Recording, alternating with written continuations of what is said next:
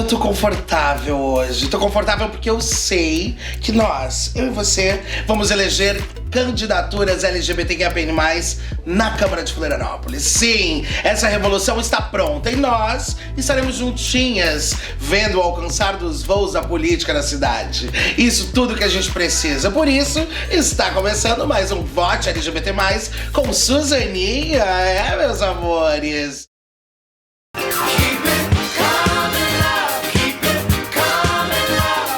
E no programa de hoje, eu recebo ele que, dá o que falar. Voz ativíssima nas redes sociais e na vida política da cidade. Recebam comigo, Camazão. Olá, querido. Oi, Suzaninha, tudo bem? Tudo ótimo. E você, tá bonzinho? Tô ótimo, um prazer estar aqui com vocês hoje. E uma honra te receber. E eu espero que o pessoal de casa também esteja afoitas que nem eu tô pra essa conversa que tá começando agora, hein? E nesse cenário político eu quero saber, Camazão, de antemão, quem é Camazão na fila do pão? Olha só.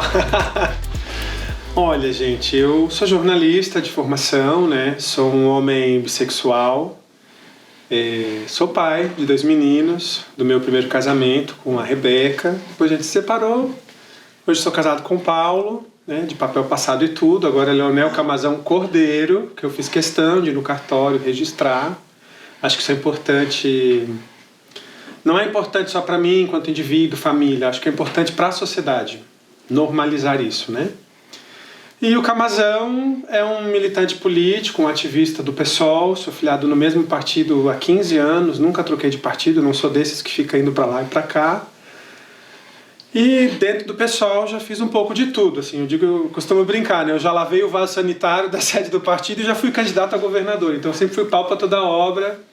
Um ativista, um militante da construção do PSOL. E depois de 15 anos a gente compreendeu por essa jornada, por essa caminhada, que tinha esse espaço para a gente estar ocupando a Câmara de Vereadores. Então, essa é a minha 7ª candidatura, tá, Suzaninha? 7ª. As primeiras foram lá em Joinville, para construir o partido lá, depois eu vim morar em Florianópolis, acabei virando candidato a governador, fui bem votado. E a gente falou, não, opa, talvez agora tenha esse espaço, né? Talvez haja um espaço para a gente chegar. E aí fui candidato a vereador em 2020 e não fui eleito por 184 votos. Então foi assim, foi bem na trave, bem na tampa. E a gente vai vir com essa pauta dos direitos humanos, da população LGBT, contra o extremismo de direita aqui no estado, que é muito forte, né? Então a gente tem se apresentado não só como mais um candidato LGBT, que eu acho que a gente já tem mais de 10 aí na cidade, né?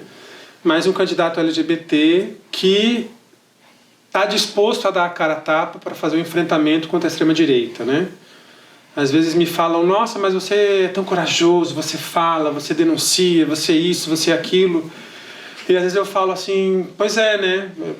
Por que só eu estou fazendo isso? Cadê os outros, né? Cadê as outras, assim? Por que não só LGBTs, outros de esquerda, outros do nosso campo político, assim, às vezes acho isso tão solitário, sabe? A gente está ali falando, denunciando, indo no Ministério Público, indo na polícia, indo nas autoridades, entrando com ação judicial, e às vezes não parece que tem muita gente ao redor ajudando, entendeu? Nem postar aposta às vezes, então isso me deixa um pouco chocado. Mas eu acho que é fundamental a gente ter pessoas lá, LGBTs e outras que não são LGBTs também, dispostas a fazer esse enfrentamento, porque nós estamos morando em Santa Catarina, gente, não é Rio Grande do Norte, não é a Bahia, não é Sergipe, não é São Paulo, não é Rio de Janeiro. Nós estamos no olho do furacão daqueles que querem não só destruir as pessoas LGBT, mas destruir os direitos humanos do Brasil. E para essa destruição não acontecer de fato, a gente precisa eleger as nossas. É representatividade que a gente precisa e a gente precisa das boas, hein? Anota aí. E Camazão, você falou que por muito tempo a trajetória política ela já está na sua vida, né? Você já foi candidato até para o governo do estado e isso foi algo muito significativo. Mas por que continuar no pleito, né? Por que você quer disputar essas eleições de 2024? Olha, Suzaninha, eu acredito muito que a política é o único caminho para a gente resolver os nossos problemas, sabe? Eu comecei no movimento social, num movimento social que era partidário, que tinha uma certa ojeriza assim, a política institucional, e eu comecei na política assim também. era contra partido, contra instituição, contra a Uni. As instituições eram ruins, né? Era um pouco essa a lógica. E com o tempo eu fui entendendo que ou a gente entra no sistema para pressionar ele por dentro e por fora, ou não vai funcionar. Se a gente pressionar só por fora, não vai. Se a gente pressionar só por dentro, também não vai. A gente precisa de uma tática política de duas frentes. A gente tem que estar por dentro da ordem e por fora da ordem, pressionando, lutando contra a ordem. Eu acho que essa é assim, um pouco assim, uma síntese da minha filosofia política, né? Que é uma linha da gente ocupar todos os espaços possíveis. Pode ser na política institucional, na Câmara de Vereadores, pode ser na cultura, pode ser na televisão, nas artes, nos bairros, nas entidades, nas associações, mas quem pensa como a gente, quem quer um outro mundo, diferente desse que a gente está tão chocado todos os dias, né? A gente está aqui, é um episódio de censura na Fundação Catarinense aqui, é um genocídio na Palestina, é guerra na Ucrânia, é o colapso ambiental. Então a gente está num mundo que nos joga muito para baixo, né? E eu sou candidato porque eu entendo que pessoas que querem fazer alguma diferença, elas precisam dar a cara a tapa, elas precisam se tornar referência, elas precisam inspirar outras pessoas, sabe? Independente de ganhar ou perder. Mas é pessoas como você que faz um trabalho sensacional, a gente também, nesses anos todos de candidaturas. Acho que a maior alegria que eu tenho assim, na política é quando eu vou em algum lugar e uma pessoa vira para mim e fala assim: poxa, eu me filiei no PSOL por causa de você. Porque eu vi você na televisão, porque eu vi a sua candidatura, porque eu vi que você defende. Ou quando a gente conseguiu, por exemplo, no EMOSC, quando ainda as pessoas LGBT não podiam doar sangue, a gente foi lá, entrou com ação no Ministério Público, consegui, fui lá, doei sangue. No dia seguinte eu tinha 10 mensagens na minha rede social dizendo: poxa, eu vi você doando sangue e eu fui lá doar sangue também. Então essa coisa assim de incentivar as pessoas a fazerem a diferença no seu lugar, eu acho que é o que mais me motiva. Assim. Eu acho que a gente pode fazer muita diferença e a gente não pode apanhar calado, né? Tô cansado. Apanhei calado quando era criança e sofria bullying na escola. Agora eu não quero mais. Agora eu quero bater. Olha, manda que ela bate de frente, meu bem. E você sabe, você que tá em casa, que política e, né, direitos são construídos todos os dias no Brasil. Porém, nós, enquanto LGBTQIAPN+, estamos, de certa forma, ainda ausentes desses espaços decisórios. Camazão, você que tem aí uma longa trajetória, né, e uma bagagem muito recheada, né, de articulação política. Como que você acha que a sua trajetória pode ser aliada da sua transformação como vereador na cidade de Florianópolis? Olha, eu acho que tem tudo a ver, assim, porque eu me formei no movimento social, fui do movimento Passe Livre, ainda lá em Joinville, né? Depois eu tive numa associação que chama Associação Arco-Íris, tive na organização da Parada da Diversidade de Joinville de 2009, foi a segunda. Um show de horror, assim, a parada foi linda, mas a repercussão na cidade foi muito violenta contra a gente, contra o prefeito da época, que era um prefeito do PT. E depois disso eu fui passando em vários lugares, né? Eu sei que às vezes, quando a gente vai discutir a nossa vida, a nossa existência, a nossa identidade, a gente fica sempre na caixinha, né? Ah, precisamos de alguém aqui para falar de LGBT, chama o Camazão, chama a Suzaninha. Eu falei, não, tem outras dimensões da vida que também constroem o Camazão candidato, né? Que é a atuação no movimento social, no movimento Passe Livre, na luta pela tarifa zero, 9 anos de sindicato dos jornalistas, a minha formação como jornalista e o debate que a gente faz sobre liberdade de expressão, que é tão apropriado, né, Suzaninha, pela extrema-direita, né, as pessoas que estão censurando, assediando judicialmente, que estão tentando fechar exposições, que estão impedindo filmes, festivais, essas pessoas estão na rede social dizendo que elas defendem a liberdade de expressão, né? Então, eu também acho que esse é um tema que a gente precisa resgatar, que esse tema é nosso. Liberdade de expressão é uma luta de quem é oprimido, não é uma luta dos opressores, né? Então, eu acho que essa trajetória pregressa que eu tenho no movimento social e também na política institucional, né? Eu fui vereador 30 dias, eu sou suplente da atual legislatura, assumi por um período. Apresentamos 6 projetos de lei, mais 20 e poucas iniciativas, indicações, etc., né? Então a gente tem uma caminhada, tem uma bagagem e eu acho que eu tô pronto. Eu acho que essa é a palavra. Tô pronto para estar lá, tô pronto para ocupar, não vou fazer feio. Porque às vezes a gente elege umas que, ai, que lindo que a gente elegeu, que legal. e depois a gente passa vergonha. Então, assim, eu acho que eu não vou fazer ninguém passar vergonha e acho que podemos estar lá e tenho dito isso, disse isso no lançamento da minha candidatura, da minha pré-candidatura.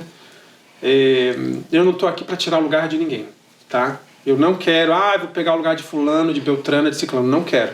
Eu quero tirar o lugar da extrema-direita, eu quero tirar o lugar do centrão, eu quero tirar o lugar dessa gente que faz da política negociata. E nós somos 4 vereadores progressistas só em Florianópolis, 3 do PSOL e 1 do PT. Eu quero que a gente seja 5, que a gente seja 6, que a gente seja 8, que a gente seja 10. Eu estou aqui para somar e para ampliar a bancada progressista. Eu não sou candidato para tirar ninguém que está lá, porque todo mundo que está lá é necessário, sabe? Tem feito um bom trabalho, merece ser reeleito. Mas a gente também tem que ampliar esse espaço, né? Uma vez eu vi tu falando isso lá na Câmara mesmo, numa sessão do Dia do Orgulho, né? Você estava falando da gente ampliar e ter cada vez mais LGBTs. Tem uma bancada, né? A gente tem uma pessoa, né? Normalmente elege uma, né? Agora é a Carla, já foi o Thiago. Mas nós precisamos de uma bancada. Nós precisamos de uma bancada LGBT que vai lutar pelos nossos interesses. E é para isso que a gente está aqui. É para isso que o voto LGBT+, também está aqui. Para que a gente possa o quê? Deixar a Câmara de Vereadores recheada de cultura LGBT, de vivências LGBTs e principalmente de construção política para as nossas corporalidades. Camazão, você trouxe que você é pai, homem bissexual, né? Figura aí, política zona maravilhosa, querida. Olha, todo um sorrisão, uma coisa. Me conta como que essa sua bagagem também influencia na sua visão política, né? Como influencia de alguma maneira ou não influencia? Influencia. Com certeza ter sido pai, né? Fui pai muito jovem, fui pai com 25 anos. É uma gravidez não planejada, né? As duas. Bacana. Aconteceu, uma atrás da outra, inclusive, né? O primeiro tinha 6 meses, a minha ex-companheira já estava grávida do segundo. Nossa, não engravida, põe pé. Tudo mentira, tá, gente? Essa camisinha. Mas, assim, ter sido pai tão cedo, primeiro me trouxe, assim, uma questão de responsabilidade, né? Ser responsável por outro ser humano agora, né?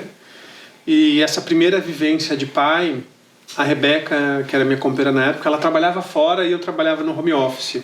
Então esse papel de gênero lá em casa sempre foi muito trocado. Ela estava na rua trabalhando, ela trabalhava numa rádio, e eu estava em casa no home office, eu estava dando papinha, eu estava dando leite que ela congelava, eu estava trocando fralda.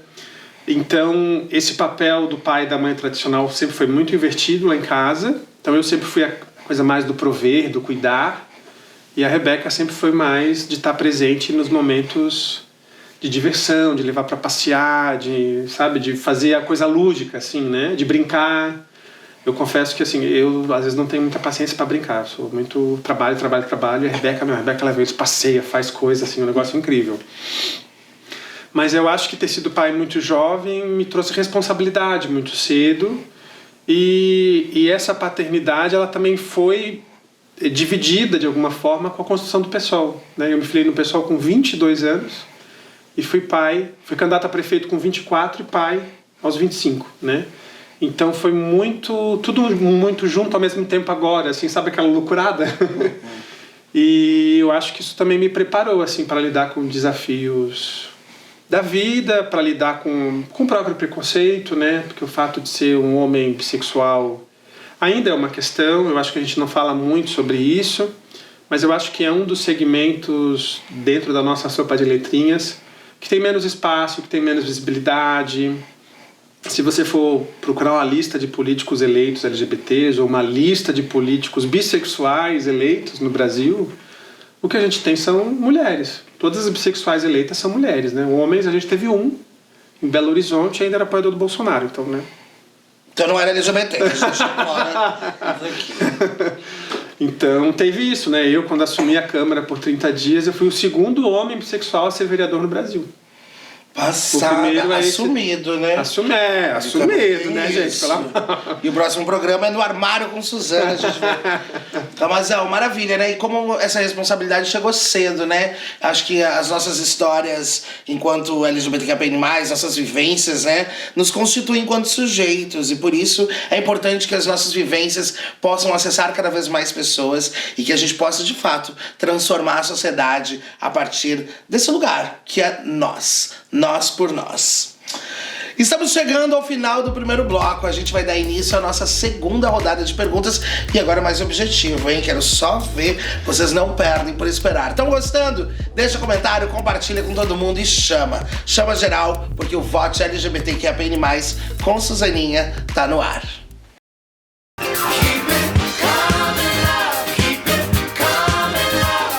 E estamos de volta! Olha que rapidez, gente, é vapt-vupt. Aqui a gente não perde tempo, porque a gente não tem tempo a perder quando o assunto é política, e política de qualidade com as nossas, hein? Vote LGBT+, tá no ar, e hoje estou recebendo Camazão maravilhoso, e agora o nosso segundo bloco. Gente, vem comigo, ó, o segundo bloco tá imperdível. Perguntas diretas, objetivas. Conhecemos um pouco de Camazão no primeiro bloco e agora a gente vai acessar algumas temáticas que são muito importantes pra nós. Primeiro, já de antemão, a pergunta que não quer calar. Como que o seu partido, Camazão, dialoga com as pautas LGBTs? Olha, Suzaninha, essa é fácil, hein? Tô no partido da Erika Hilton, do Jean Willis, né, que foi o primeiro ativista LGBT a ocupar o Congresso Nacional. Nós temos diversas lideranças LGBTs eleitas em todo o país. Claro que em algum momento lá atrás, no passado, tinha uma abertura, mas era uma abertura que ainda tinha uma certa resistência. Estou falando de 10, 12 anos atrás. E com o tempo, a gente foi conquistando um espaço. Ele não foi um espaço que nos foi dado, mas tinha uma abertura. O pessoal tinha uma abertura para esse debate LGBT, sem ter aquela coisa de não fala disso porque tira voto, porque 15, 20 anos atrás era assim, né? Não pode falar de temas polêmicos porque o candidato majoritário vai perder voto. E eu acho que hoje é justamente o contrário, né? Se não falar de nós, vai perder voto. Se não falar das pessoas negras, vai perder voto. Se não falar das mulheres, vai perder voto, né? Então eu acho que o PSOL é um partido incrível, assim, do ponto de vista da nossa pauta, das nossas bandeiras. Eu tive a oportunidade, inclusive, de ser o primeiro candidato a prefeito do país a exibir um beijo gay no horário eleitoral. Foi um rebu. Em 2012, foi isso, lá em Joinville. Fui muito criticado na imprensa, virou processo, a pessoa me xingou, enfim, perdeu todas, ganhei tudo, como sempre, como de praxe. Mas foi assim um negócio que foi notícia nacional, assim, e que eu tenho muito orgulho de ter feito essa escolha, mesmo com algumas pessoas no partido falando, tem certeza, será que não vai atrapalhar? Será que não vai atrapalhar o nosso candidato em Florianópolis? Eu falei, gente, eu não estou aqui para regular o meu discurso, para dizer o que o povo quer ouvir. Eu estou aqui para dizer as ideias que eu acredito, e eu acredito nisso, e eu vou botar, e acabou. E a gente botou, foi muito legal, é uma referência que eu tenho muito carinho, assim, e orgulho mesmo de ter tomado essa decisão de fazer. Mas isso só foi possível porque o pessoal permitiu, entendeu? O pessoal falou, não, é isso, nós defendemos isso, está no nosso programa. E hoje, assim, nós temos políticos eleitos pelo PSOL que são LGBTs em vários estados do Brasil. A gente tem o Fábio Félix lá no Distrito Federal, tem a Mônica Benício no Rio, temos a Isa em BH, temos a Érica em São Paulo, e muitas outras pessoas assim formidáveis, assim, que estão abalando as estruturas da política, né? Acho que a Érica é o maior fenômeno disso. E tenho muito orgulho, assim, do meu partido e do meu partido ser talvez o partido que mais dá guarida e que mais dá espaço para as pessoas LGBT se inserirem na política, né? Então, estou muito feliz. Que maravilha, hein? Que lindeza. E você sabe, Camazão, quando a gente fala em cenário de política LGBT, a gente não pode esquecer sobre a violência que tanto acomete a nossa comunidade, né? Se a gente pega o recorte, Florianópolis é uma cidade que continua passando vergonha nacionalmente, pela ausência de políticas públicas para a nossa comunidade e também pelo crescente das violências contra as nossas corporalidades. Como que você, enquanto vereador, vai atuar para que, de fato, a gente continue combatendo essas violências? Suzaninha, eu penso que a violência contra nós ela é uma constante, né? Eu fui xingado a primeira vez, para falar de uma violência leve, né? Verbal.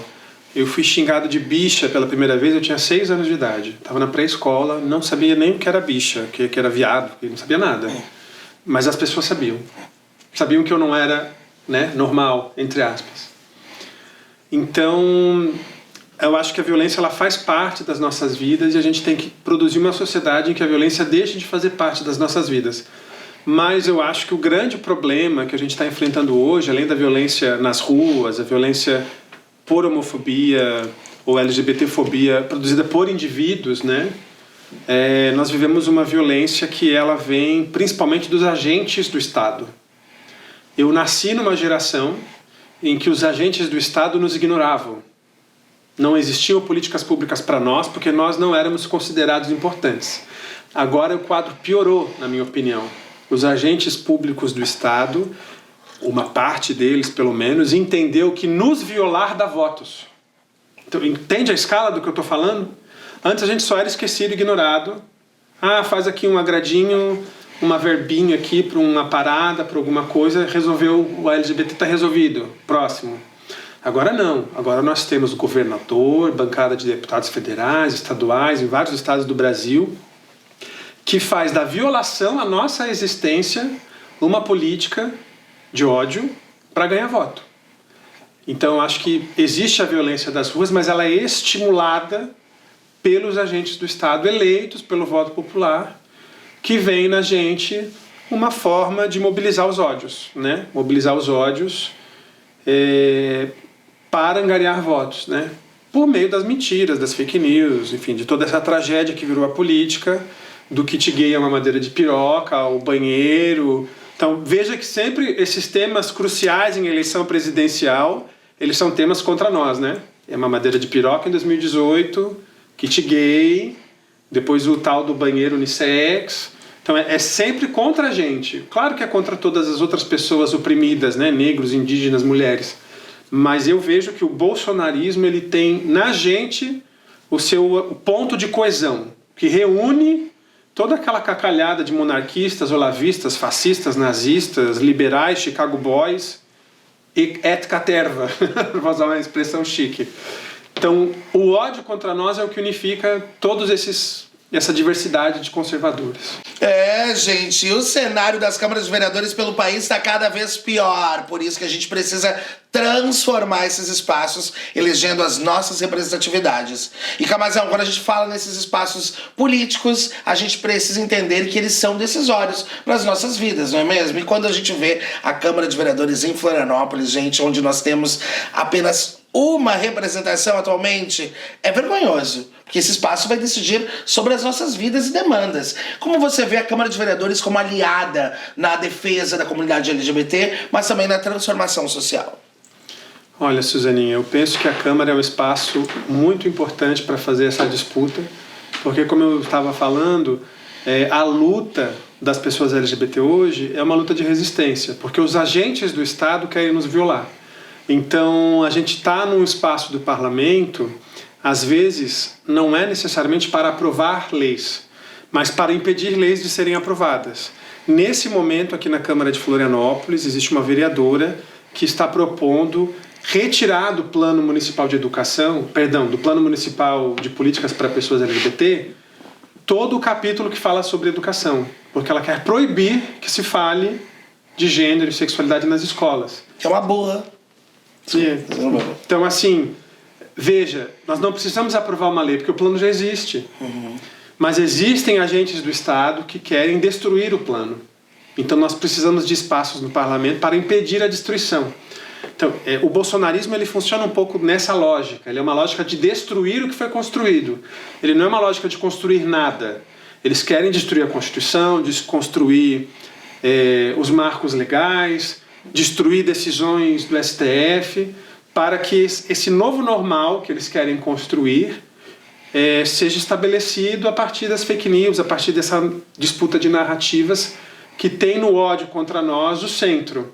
Então eu vejo hoje que, claro, nós precisamos aprovar projeto de leis. Enquanto estive na Câmara, apresentei projetos de lei para a comunidade LGBT, mas hoje o trabalho do vereador e também da prefeitura, se nós tivermos um marquito prefeito, é um trabalho de impedir a destruição que essa política do ódio tem promovido contra nós. Porque existe um marco legal para nos proteger, existem decisões judiciais para nos proteger e existem programas do governo federal para nos proteger. Mas é aqui no município, é aqui na Câmara, que eles vão tentar reverter essa situação para fazer palanque de ódio, né? Então, a disputa ela está num campo que é do simbólico, só que se a gente não fala, se a gente não denuncia, se a gente não grita, esse simbólico se torna concreto. E aí, quando se tornar concreto, a gente se ferrou. Então a gente precisa ocupar a Câmara para isso, para impedir os retrocessos que os conservadores querem fazer em relação a esses avanços civilizatórios que a gente conseguiu de várias formas, por leis, por decisões judiciais, por bom senso dos governantes, quando tem, né? Então eu vejo dessa forma. Realmente, né, gente? O pessoal aí que não tem o que fazer se importa mais com a vida dos outros do que, de fato, fazer política pública de qualidade para toda a população. Por isso é importante votarmos certo, né? Votarmos as nossas e conhecermos, de fato, as representações que estão aí nas candidaturas. E você, enquanto um ativista, né, LGBT, mas também militante, pessoa querida que não deixa passar batido, tá muito aliado também com a cultura LGBT da cidade. Como que o seu mandato pretende trazer aí a valorização ainda mais para nossa cidade no quesito cultura, sendo que temos, né, importantes cursos na cidade, nas universidades, mas também cursos livres, né, que tem fomentado constantemente a cultura na cidade, ainda que o poder público tenha nos esquecido na fila do pão. Como que o seu mandato pretende potencializar a cultura LGBT da cidade? Olha, Suzaninha, a questão da cultura ela é central, né, para a transformação social, não só das pessoas LGBT, mas de toda a sociedade. E a cidade, não só a Florianópolis, mas Santa Catarina tem um potencial gigantesco na área da cultura. Como você bem falou, tem vários cursos formando profissionais de excelência no teatro, no cinema, em outras áreas. E quando estive na Câmara Municipal, tive a oportunidade de atender um pleito da comunidade do audiovisual, dos produtores audiovisuais, que foi o projeto pela revisão do Fundo Municipal de Cinema, que a gente sabe que é um pouquinho de dinheiro ali que a Prefeitura deveria destinar para a área do audiovisual, não destina há anos, está sempre uma bagunça, uma confusão, tem uma vez na vida, outra na morte. E a lei é de 2003, né? Então você pensa numa capital como Florianópolis, que tem um potencial de audiovisual, de cinema gigantesco, com uma lei que regula o setor de 2003, quando não existia internet banda larga nem streaming. Então, tipo, mudou tudo, entendeu? Mudou tudo. Aí as entidades representativas do cinema entraram em contato com a gente propôs a proposta deles. E desde o governo Jean e depois do governo Topázio, sentaram em cima, eles não querem aprovar. Não tem dinheiro para a cultura, essa é a verdade. A cultura na nossa cidade, pelo executivo, é uma bagunça, tá? Eles fazem o que querem, quando querem, não cumprem as leis, não cumprem os editais, não pagam os prêmios ou pagam atrasado. Quem vive de arte que nem vocês, que estão produzindo cultura, estão produzindo teatro, estão produzindo show, estão produzindo cinema, estão produzindo um monte de coisa, está sempre na pindaíba, está sempre pendurado, sempre cobrando o prêmio que eu ganhei 3, 4, 5 anos atrás. E eu acho que mais do que ter vereadores que defendam a cultura, nós precisamos de um governo municipal que defenda a cultura. E dentre os candidatos colocados até agora, o nome é o do Marquito. Não tenho dúvida de que o Marquito vai estar em defesa da cultura, porque a gente sabe, né? O vereador não faz obra, o vereador não faz cinema, o vereador não... O máximo que a gente pode fazer é destinar uma emendinha aqui ou ali. Mas é no executivo que essas políticas públicas vão ter que ter vazão. Porque nenhuma lei criando uma política pública que gera despesa para o município a gente pode fazer. Tem que vir da prefeitura. E com uma prefeitura que não quer, não acontece, né? E digo mais, assim, digo que a gente precisa revitalizar os conselhos, né? Os conselhos, não só o de cultura, mas todos os outros que foram abandonados pela gestão. Aí eles só querem ouvir conselho de empresário. Para este governo, só é sociedade civil e empresário. Se você não é empresário, você não tem direito nem de falar. Então, assim, eu acho que esse é um caminho, mas com o Camazão na Câmara, a gente se compromete aqui, viu, Suzaninha, com todas as pautas do setor cultural, porque a gente sabe, da minha formação política, isso, a transformação da sociedade, ela é pela cultura, e não é só cultura belas artes, é cultura num sentido amplo, e a gente precisa ter políticas públicas, sim, que deem vazão, que deem apoio mesmo para que a nossa classe artística, os nossos produtores tenham condições de produzir e de dar vazão ao seu material, né? Antes, é o que eu disse antes, tá? Antes eles nos ignoravam, agora eles nos perseguem. E na cultura é exatamente a mesma coisa. Antes não tinha política pública para a cultura. Agora eles estão perseguindo quem faz cultura, eles estão censurando quem faz cultura. E isso a gente não pode tolerar, como diria a nossa querida Erika Hilton, né? Jamais toleraríamos esse tipo de prática contra as nossas histórias, memórias e corporalidades. Esse foi o segundo bloco de entrevistas aqui do Vote LGBT+, com Camazão. Eu agradeço imensamente as respostas. Gostaram? Eu amei, gente. É isso aí. A gente precisa estar por dentro da política da cidade. Camazão é mais uma figurona que tá vindo aí pro pleito de 2024. No próximo bloco a gente conversa mais, hein? Pergunta surpresa, bate-papo, jogo rápido, uma coisinha deliciosa pra você. Siga com a gente depois do intervalo.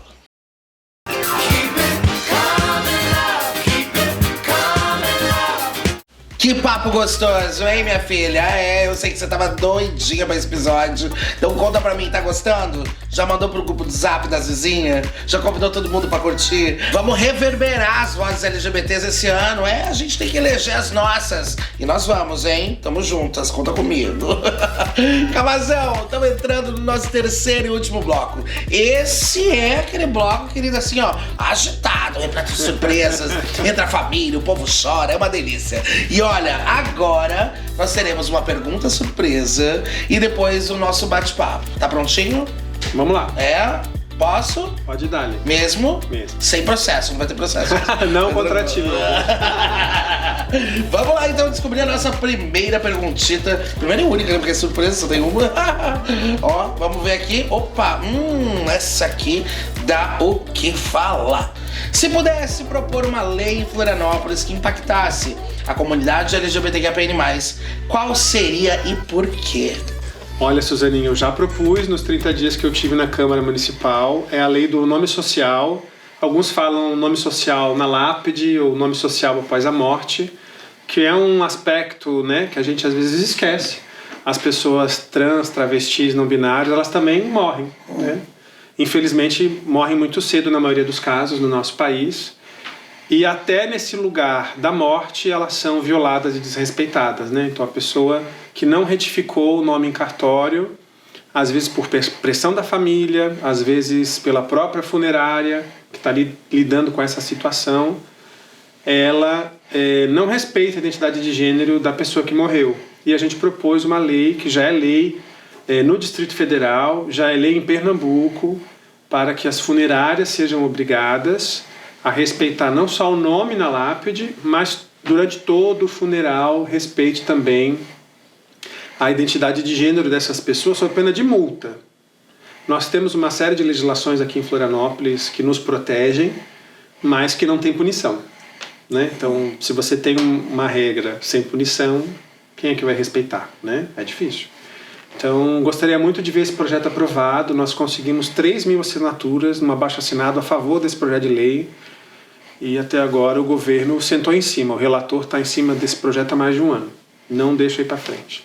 Assim, nós sabemos como isso é uma pauta urgente dentro da nossa comunidade, né? Respeito acima de tudo para que a gente consiga, de fato, né, existir com dignidade. É isso, Camazão. Muito bem. E espero que novas leis possam ser propostas para que a gente transforme a sociedade. E agora, Camazão, vamos pro nosso bate-bola? Vamos lá. Tá prontito? Tô pronto. E vem comigo. Então, ó. Orgulho pra você é poder sair de mão dada com meu marido na rua e olhar feio pra quem olha feio pra gente. Opa! Muito bem, olha só, isso é demais, hein? E uma palavra que descreve a sua campanha? Ousada. Ousada? Por quê? Conta pra gente. Vem muita coisa boa por aí, vocês vão ver. Não, eu quero um spoiler. Não, a gente vai fazer uma campanha bem bonita, bem grande, tá tudo bem encaminhado. E vamos causar, vamos abalar as estruturas da cidade, porque somos dessas, né? Que nós não damos ponto sem nó, né? E um valor essencial para estar na política? Democracia, com certeza. Opa! Democracia. E tá tão em falta, né? Então, o que é isso que o pessoal não conhece? O pessoal que não conhece, o que é a democracia? Olha, democracia é você saber ouvir, saber falar, respeitar o outro. E na política é não tentar eliminar a vida do outro, né? Que eu acho que é o que tá... É essa a espada que está sobre as nossas cabeças, né? A extrema-direita quer nos eliminar, inclusive fisicamente, né? Então, sim. Mas jamais não conseguiram, porque a gente é que nem mato ruim. Sabe aqueles que você corta, cresce de novo, amor? Então é babado, babado. E seu maior sonho, Camazão, pra comunidade LGBT é? Olha, ter um país e uma cidade onde a gente não precise mais sofrer tanto como a gente ainda sofre, né? Nós somos o país que mais mata pessoas LGBT no mundo, né? Eu já fui ameaçado de morte, condenei o cidadão na justiça, inclusive, e foi só uma ameaça, né? Mas essa violência contra nós, ela é bárbara, ela é cruel, ela é desumana, e eu quero viver num país que a gente não tenha mais medo. E Camazão por Camazão?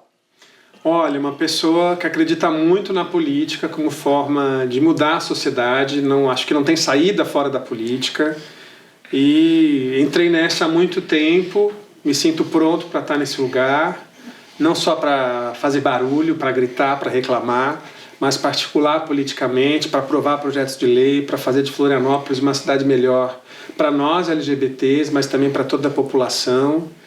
E um pouco com esse ideário aí, com essa visão que a gente se coloca como candidatos a vereador aqui em Florianópolis pelo PSOL. Pode falar o número?